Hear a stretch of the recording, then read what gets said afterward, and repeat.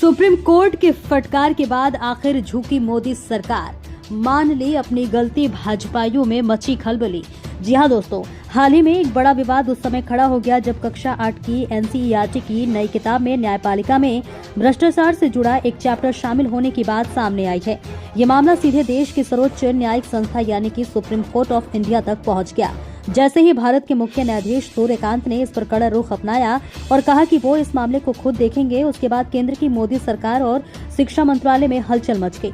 खबरों के अनुसार सीजेआई सूर्यकांत ने साफ शब्दों में कहा कि न्यायपालिका जैसी संवैधानिक संस्था को बदनाम करने की इजाजत किसी को नहीं दी जा सकती। उन्होंने ये भी संकेत दिया कि अदालत इस मुद्दे पर खुद संज्ञान लेने पर विचार कर रही है। ये बयान आते ही केंद्र सरकार बैकफुट पर नजर आई और एनसीईआरटी को सफाई देनी पड़ी। ये पूरा विवाद उस चैप्टर को लेकर है जिसमें कथित तौर पर न्यायपालिका में भ्रष्टाचार जैसे विषय को बच्चों के पाठ्यक्रम में शामिल किया गया। आम जनता के लिए समझना जरूरी है कि 8वीं कक्षा के बच्चे अभी संवैधानिक संस्थाओं की गहराई से समझ विकसित कर रहे होते हैं।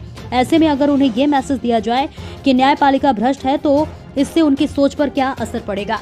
इसी बात को लेकर चिंता जताई गई। वरिष्ठ वकील और सांसद कपिल सिब्बल ने भी इस मुद्दे को अदालत के सामने उठाया। उन्होंने कहा कि बार की ओर से ये शिकायत की जा रही है और इसके साथ ही बच्चों को इस तरह की शिक्षा देना बेहद चिंताजनक है। जिसके बाद इस पर सीजेआई सूर्यकांत ने जवाब देते हुए कहा कि बार और बेंच दोनों ही चिंतित हैं। कई हाईकोर्ट के जज भी परेशान हैं और वो खुद इस मामले पर संज्ञान लेंगे। जैसे ही सख्त रुख सामने आया वैसे ही केंद्र सरकार की ओर से चुप्पी साध ली गई, लेकिन दबाव बढ़ता गया और आखिरकार एनसीईआरटी को बयान जारी करना पड़ा कि किताब में जो सामग्री शामिल हुई है वो अनजाने में हुई गलती है। उन्होंने इस पर खेद जताया और कहा कि विवादित चैप्टर को फिर से लिखा जाएगा। इतना ही नहीं दोस्तों, संबंधित किताब की बिक्री पर भी रोक लगा दी गई है और ये कदम साफ तौर पर दिखाता है कि मामला गंभीर था और सरकार को अपनी स्थिति संभालनी पड़ी। लेकिन ऐसे में अब सवाल उठता है कि अगर ये गलती थी तो इतनी बड़ी गलती कैसे हो गई? क्या शिक्षा मंत्रालय ने सामग्री की समीक्षा नहीं की? क्या सिलेबस तय करते समय पूरी जांच पड़ताल नहीं की गई? फिलहाल दोस्तों, आपको बताते चले कि केंद्र सरकार ने इस फैसले को वापस ले लिया है।